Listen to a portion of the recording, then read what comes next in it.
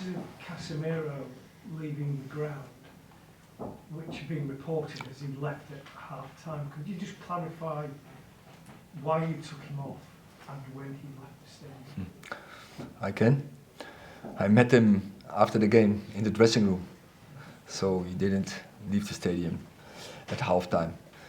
So, why I subbed him was because we are 2-0 down, and against the opponent as Liverpool with their qualities, they are very good. We had to take risk because we want to bounce back. Then you need players in the midfield who can cover ground. Therefore, we brought Toby Colley on the pitch. Are you concerned Casemiro's in decline? I think it was 11 months ago you took him off at half-time against Brentford. You dropped him for the FA Cup final. He looks a shadow of the player he was in the first season here. So I think that in football everyone has to take responsibility, and I'm sure he's a great character and he won everything in his career, what you can imagine, and I'm sure he will keep contributing to our team, and Casemiro is always winning, so he will be there. No. Is there any frustration at all that obviously you're into your third season now and we're still talking about missed chances, goals coming in quick succession, or chances coming in quick succession, defensive lapses, that after so long with these players that you're still having to answer the same questions? No.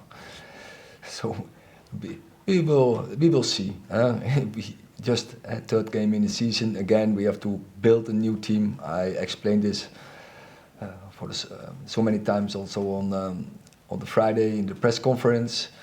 We will build this new team. We have young players. Also, we have now players to build in the season. Today we had, I think, 3 players first start of the season. They didn't play 90 minutes.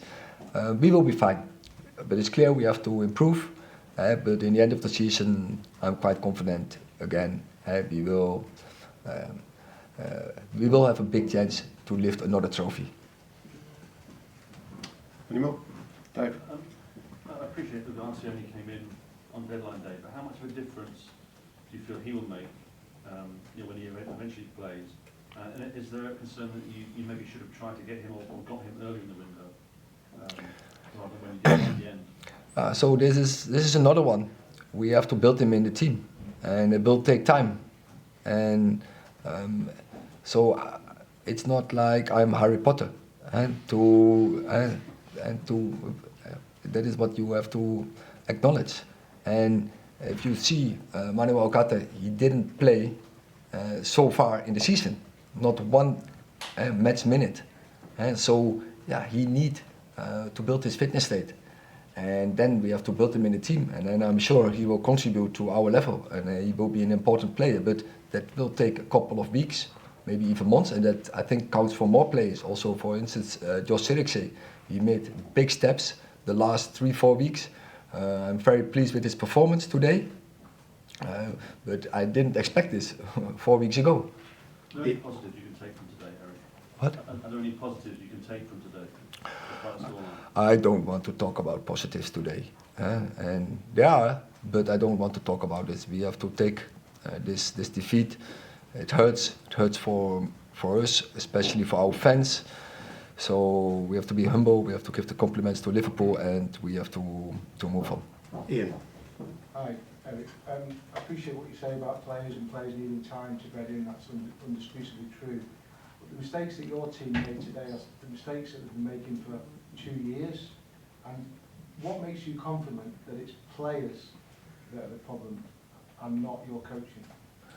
So what do you mean? Tell me then. Explain me.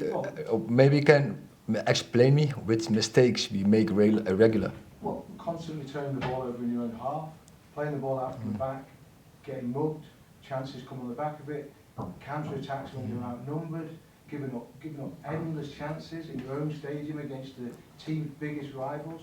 With the greatest respect, I've been seeing that for so long now. You are sure? Absolutely. Absolutely sure. I don't think otherwise you wouldn't win trophies as we did and to beat big opponents.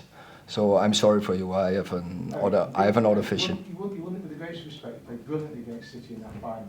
You almost lost to Cambridge in the semi-final. I mean, come on, let's have a realistic view of what happened there. I think we won after City the most trophies in English football, so I'm sorry for you. Give you another one question. Last question, James. Erik, just following on from Rob's point about when you concede, you often concede again quite quickly.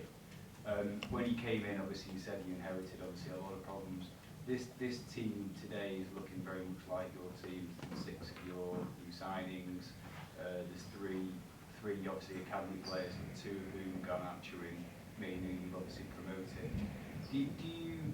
Is there a concern that once you concede one, you're very, very vulnerable again in the next 5 to 10 minutes?